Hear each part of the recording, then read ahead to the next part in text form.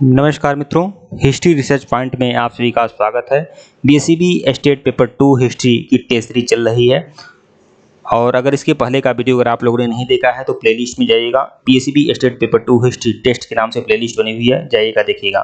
यह जो भी प्रश्न मैं आपको लोग को करा रहा हूँ बहुत ज़्यादा इंपॉर्टेंट है और यह अकबर से संबंधित टेस्ट सीरीज है। ठीक है, आप लोग हमारा ऑफिशियल व्हाट्सएप नंबर ऊपर देख रहे हैं। हमारा ऑफिशियल व्हाट्सएप नंबर है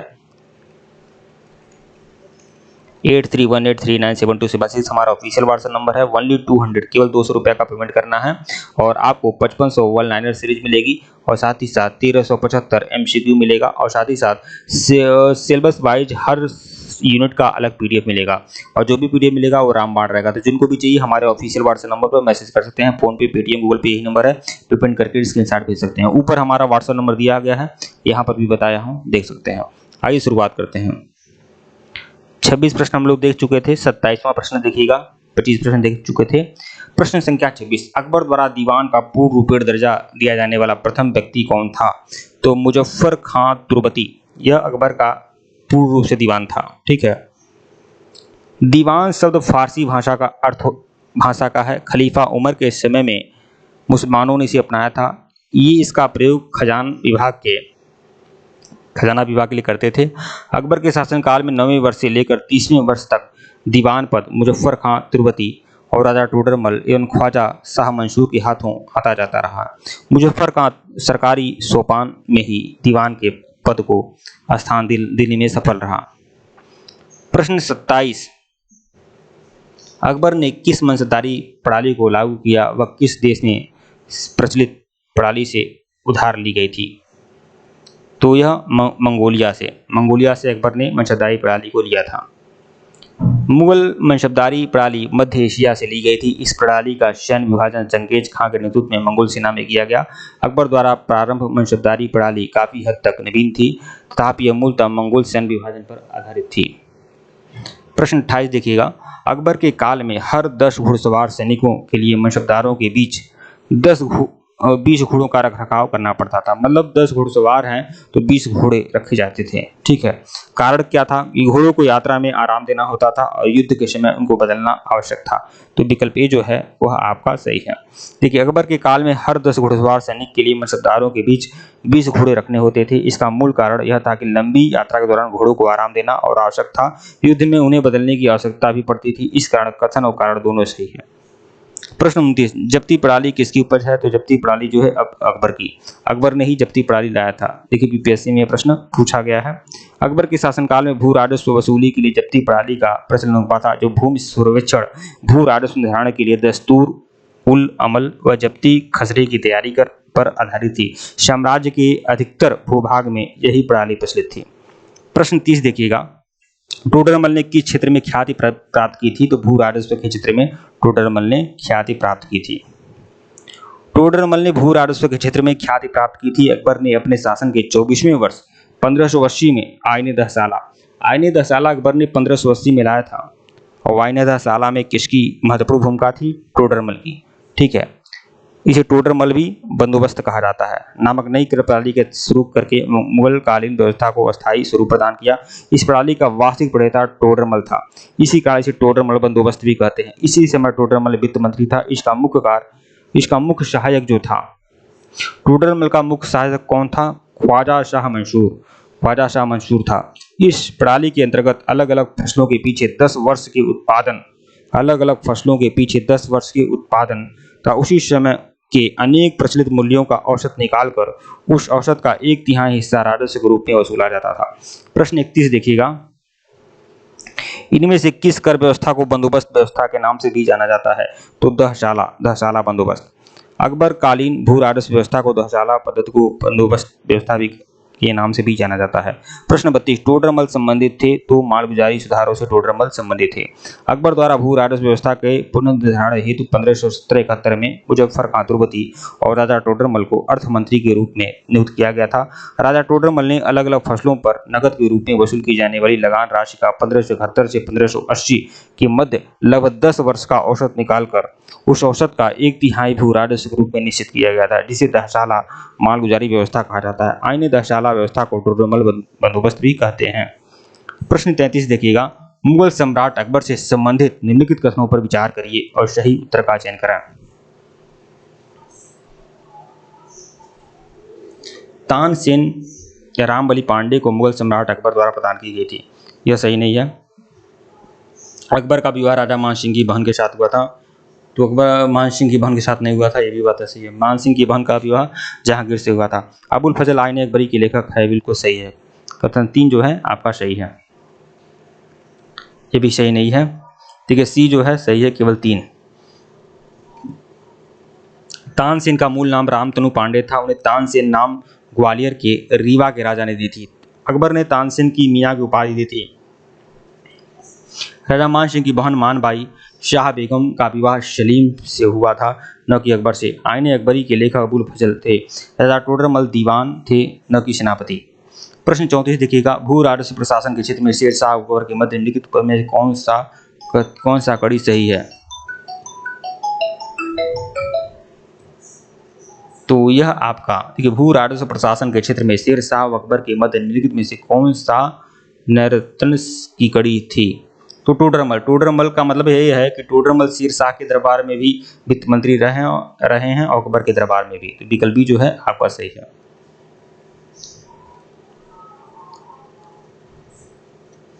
प्रश्न 35 देखिएगा,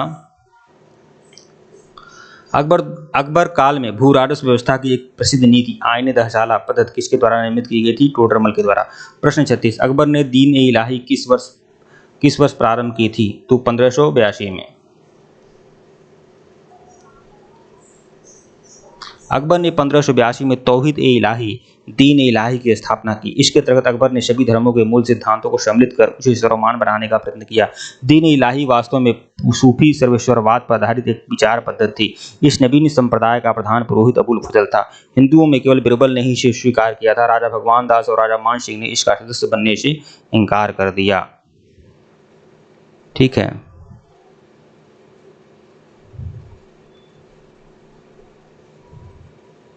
प्रश्न 37 देखिएगा, दीन इलाही का प्रचार किस शासक ने किया था? तो अकबर ने। प्रश्न 38, दीन इलाही किसके द्वारा प्रारंभ किया गया था? तो अकबर के द्वारा। प्रश्न 39, किस इतिहासकार ने दीन इलाही को एक धर्म कहा है? तो किसने कहा है? तो इसमें तो कोई ऑप्शन नहीं है। देखिए, अकबर द्वारा प्रवर्तित दीन इलाही कोई धर्म नहीं था, अपितु एक सूफी मत था जिसके नियम संवर्धन समन्वय पर आधारित थे। जहांगीर के समकालीन मोहसिन फानी ने, देखिए जहांगीर के समकालीन मोहसिन फानी ने अपनी रचना दबिस्तान-ए-मजाहिब, तो मोहसिन फानी जहांगीर के समकालीन एक इतिहासकार था, लेखक था मोहसिन फानी। इसकी रचना थी दबिस्तान-ए-मजाहिब,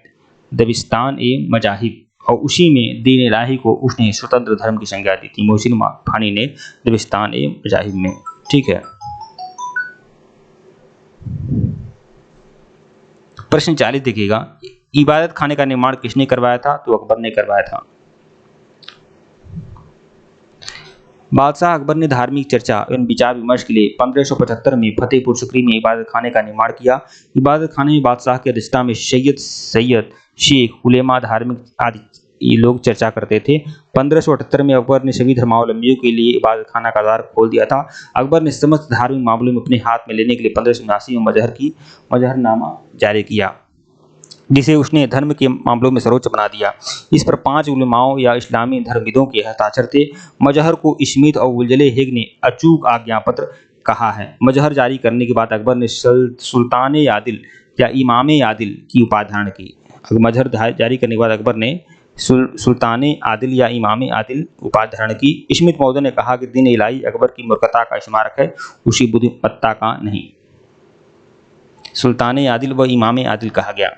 ठीक है, अकबर को सुल्तान आदिल या इमाम आदिल। प्रश्न 41 देखिएगा, फतेहपुर सिकरी का इबादत खाना क्या है? तो यह वह भवन जिसमें विभिन्न धर्मों के विद्वानों के लोग अकबर चर्चा करता था। वह भवन जिसमें विभिन्न धर्मों के विद्वानों के साथ अकबर चर्चा करता था। तो विकल्प सी जो है आपका सही है। प्रश्न 42, निम्नलिखित इमारतों में से कौन सी इमारत शान फतेहपुर कही जाती है? तो जामा मस्जिद जो है शान फतेहपुर कही जाती है। सम्राट अकबर द्वारा बसाए गए शहर फतेहपुर सिकरी को वर्ष 1986 में यूनेस्को की विश्व धरोहर सूची में शामिल किया गया। उत्तर प्रदेश में स्थित फतेहपुर सीकरी 1571 से 1585 तक मुगल साम्राज्य की राजधानी रही है। फतेहपुर सीकरी में मुगल वास्तुकला के स्मारक जैसे जामा मस्जिद, बुलंद दरवाजा, पंचमहल, शेख सलीम चिश्ती का मकबरा आदि शामिल है। यहाँ स्थित जामा मस्जिद को शान फतेहपुर या शान सीकरी के नाम से भी जाना जाता है। कौन सा स्मारक फतेहपुर सीकरी में नहीं है? तो पंचमहल है, जोधाबाई का महल भी है, स्वर्ण महल भी है, अकबरी महल नहीं है। अकबर ने आगरा से 36 किलोमीटर दूर फतेहपुर सीकरी में 1568 में राजमहल सह किले का निर्माण किया। एक विशाल कृत्रिम झील से युक्त पहाड़ी पर बने हुए इस किले में गुजरात और बंगाल शैलियों में कई इमारतें स्थापित की, जिसमें जोधाबाई का महल, पंचमहल, मरियम महल को ही स्वर्ण महल की संज्ञा दी जाती है, दीवाने आम, दीवाने खास, बीरबल की कोठी आदि प्रमुख है। अकबरी महल आगरा के किले में स्थापित है। तो जो अकबरी महल है वह आगरा के किले में है। प्रश्न 44, दिल्ली का कौन सा ऐतिहासिक स्मारक भारतीय और फारसी वास्तुकला शैली का उदाहरण है? तो हुमायूं का मकबरा। हुमायूं का मकबरा जो है भारतीय एवं फारसी वास्तुकला का उदाहरण है। भारतीय एवं फारसी वास्तुकला का उदाहरण है हुमायूं का मकबरा। हुमायूं का मकबरा दिल्ली में स्थित है, जो हुमायूं की पत्नी के संरक्षण में निर्मित हुआ था तथा मीरक मिर्जा गियास द्वारा इसकी डिजाइन तैयार की गई थी। हुमायूं के मकबरे की डिजाइन मीरक मिर्जा गियास के द्वारा तैयार की गई थी। यह मकबरा भारतीय फारसी वास्तुकला का शैली का उदाहरण है। फारसी व ईरानी वास्तुकला शैली की विशेषता है दोहरे गुंबद हैं, जो सिकंदर लोदी के मकबरे में भी प्रयोग किया गया था। प्रश्न 45, सुलह कुल का सिद्धांत किसके द्वारा प्रतिपादित किया गया था? तो अकबर द्वारा धार्मिक नीति का मूल उद्देश्य सार्वभौमिक शुद्धता था। इसे सुलह कुल की नीति अर्थात सभी के साथ शांतिपूर्ण व्यवहार का सिद्धांत भी कहा जाता था। अकबर ने इस्लामी सिद्धांत के साथ सुलह कुल की नीति अपनाई थी। 1582 में उसने सभी धर्मों में सामंजस्य स्थापित करने के लिए तौहीद इलाही दीन इलाही नामक एक नया पंथ प्रवर्तित किया। अकबर की सुलह कुल की नीति राजनीतिक उदारता, धार्मिक सहनशीलता के साथ साथ इसकी उदारवादी सांस्कृतिक दृष्टिकोण को प्रदर्शित करता है। प्रश्न 46 देखिएगा, अकबर द्वारा अपनाए गए सुलह कुल की अवधारणा निम्नलिखित में से किस पर आधारित थी? तो यह आपका राजनीतिक उदारता, धार्मिक सहिष्णुता, उदारवादी सांस्कृतिक दृष्टिकोण सब पर आधारित है। तो विकल्प डी जो है आपका सही है। प्रश्न 47 देखिएगा, किस मुगल बादशाह के विरुद्ध जौनपुर में फतवा जारी किया गया था? तो अकबर के विरुद्ध। 1580 में जौनपुर के धर्मगुरु काजी मुल्ला मोहम्मद यजदी ने सभी मुस्लिमों को अकबर के विरुद्ध विद्रोह करने के लिए फतवा जारी किया था। प्रश्न 48 देखिएगा, अकबर ने 1602 में फतेहपुर सीकरी में बुलंद दरवाजा बनवाया था। कारण, इसका निर्माण अकबर ने अपने पुत्र, तो कारण तो सही नहीं है, ये सही है, ये सही है, आर गलत है। अकबर ने सीकरी का निर्माण, फतेहपुर सीकरी का निर्माण 1568-69 में प्रारंभ किया था। तब बाद में गुजरात विजय पश्चात इस नगरी को फतेहपुर सीकरी कहा जाने लगा। एक वर्ग के इतिहासकारों का मत है कि गुजरात विजय के उपलक्ष्य में सम्राट अशोक ने सीकरी में बुलंद दरवाजे का निर्माण विजय स्तंभ के रूप में कराया था, जबकि परशुराम ने इसका निर्माण दक्षिण विजय के उपलक्ष्य में बताया है। प्रश्न 50 देखिएगा, निम्न में से किसका निर्माण अकबर ने करवाया था? तो बुलंद दरवाजा का। प्रश्न 50, निम्नलिखित में से किस मुगल सम्राट ने शिक्षा संबंधी सुधार किए थे? तो अकबर ने शिक्षा संबंधी सुधार किया था, हालांकि वह स्वयं पढ़ा लिखा नहीं था। मुगल साम्राज्य के अंतर्गत सामाजिक व सांस्कृतिक गतिविधियों के विकास के साथ साथ शिक्षा संबंधी विषयों पर भी ध्यान दिया। शिक्षा संबंधी महत्वपूर्ण सुधार मुगल शासन व्यवस्था अकबर द्वारा किया गया था। अकबर के शासन काल में शिक्षा के कुछ महत्वपूर्ण केंद्र अजमेर, दिल्ली, सियालकोट, मुल्तान, इलाहाबाद, मुर्शिदाबाद आदि थे। इनमें छात्रों को मुफ्त शिक्षा दी जाती थी। फारसी का राजभाषा का दर्जा प्राप्त था। निजामी शिक्षा पद्धति तत्कालीन समय में खाद्य शिक्षा प्रणाली थी। यद्यपि शिक्षा में महत्वपूर्ण सुधार करने वाला मुगल सम्राट अकबर स्वयं निरक्षर था। ठीक है मित्रों, वीडियो को लाइक और चैनल को सब्सक्राइब करेगा। टेलीग्राम बिल्कुल ज्वाइन करेगा, लिंक डिस्क्रिप्शन में दिया गया है। धन्यवाद आप लोग को।